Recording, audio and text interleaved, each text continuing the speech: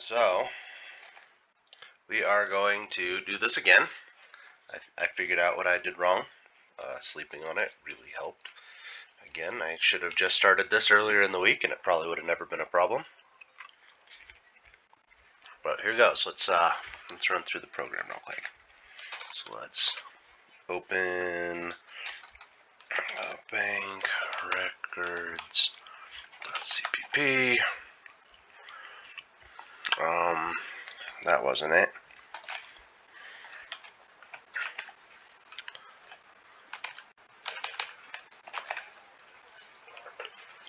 Oh, that's right. That's not bank records version 2.0. So,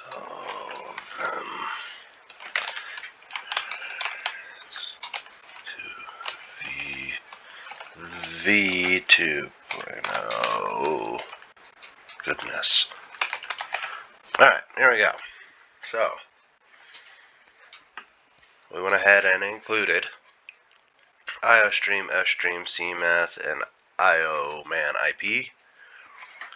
Namespace STD. In main, I have a dictionary here. So these first three rows are basically just assigning names to the data in the file. So we have our transaction type character, our month integer, and our amount double. And then we have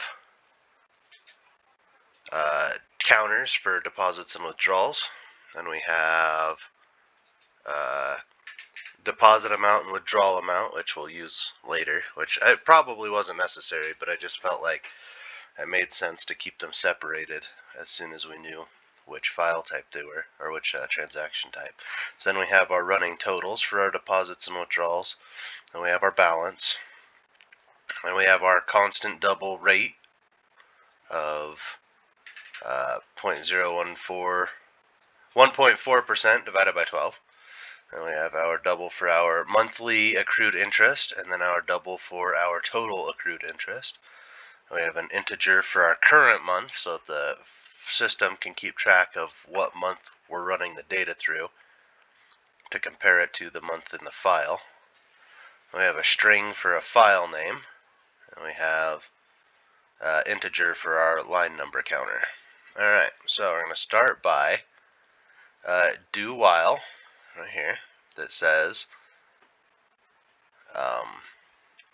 while the file name does not equal bank record 1, bank record 2, bank record 3, or bank record 4.txt.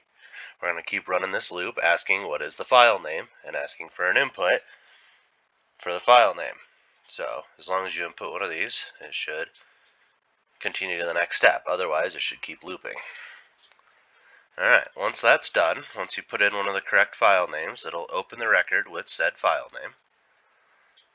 And then we have another do while. Yeah, this is where I had it wrong. So I just needed to make it to where this stuff was the parameters in my initial do while statement to ensure that the amount is greater than or equal to 0 and the balance is greater than or equal to 0. Otherwise, stop and proceed elsewhere. But as long as all of these things are true, it'll continue to loop the program. So, as long as our record has another line of data that reads like this, and the amount is greater than 0, and the current bank account balance is greater than 0, then it will read the next line, right? So, in here it says if the current month is not equal to the month on file, to the month in the record, then we are going to multiply our interest rate times our balance to get us a accrued interest value, and then we're going to add our accrued interest value to our interest total, and then our balance is going to add the accrued interest. Otherwise, if these are not the same, or either way, if it does this or not, it's going to step on down to the next step. So if it isn't the same, it's going to add the interest. If it is the same, then it's going to be, which I suppose I could make it more specific and tell it that, if current month the difference between month and current month is 1, then to do this. But I feel like you said we could assume that there would never skip a month and everything, so this works. Anyway, so if our transaction type equals D for deposit, then we're going to add 1 to our line value, which started at 0. So we're now on line 1. And obviously on either way, it's going to add 1 to our line number. Our current month is equal to month, so it'll change the current month value from 0 to 1 now.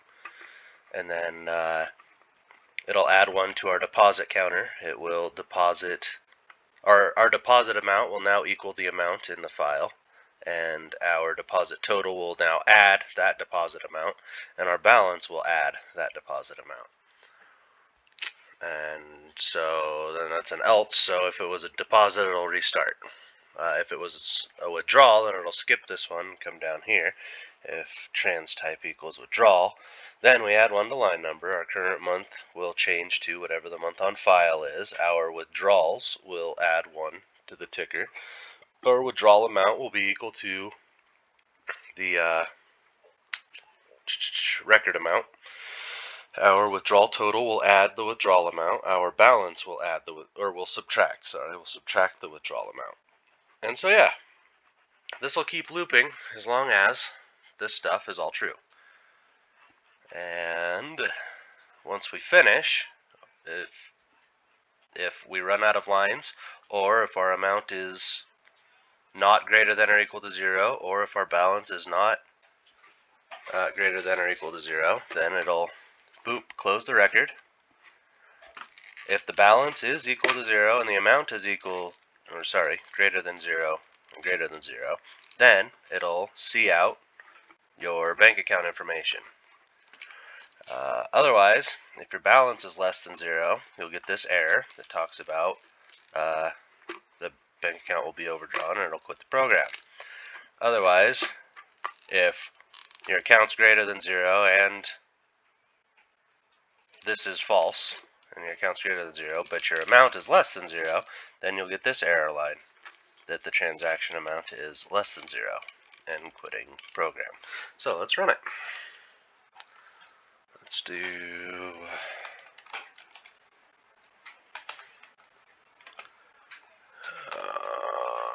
what did I say this was called? Bank Records V2.0.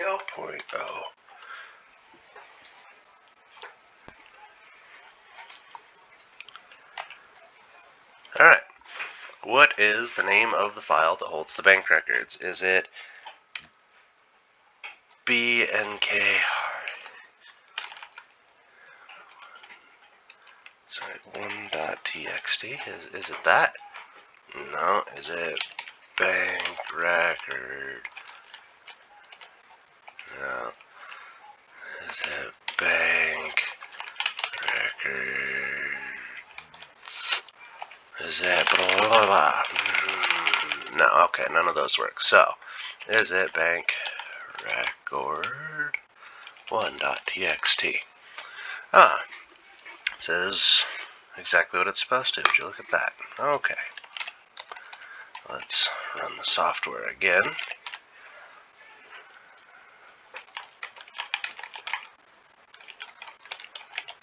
Alright, bank record 2.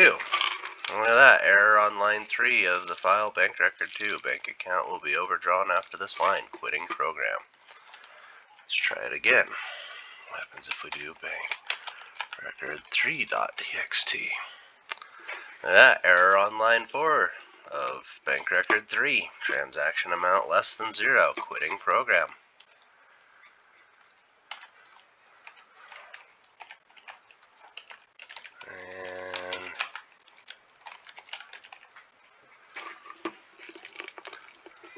Looks good to me, just to be sure.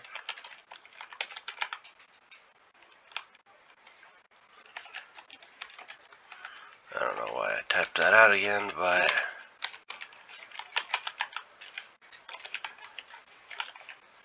doesn't like that one either. So Yeah, I don't know if you said you're going to throw some curveballs with different data at it to see if it runs right. Hopefully they have one of these 4 file names, because I literally have it set up to only run with the 4 file names. But yeah, as long as the data file has the 4 file names, and yeah, then we should be good.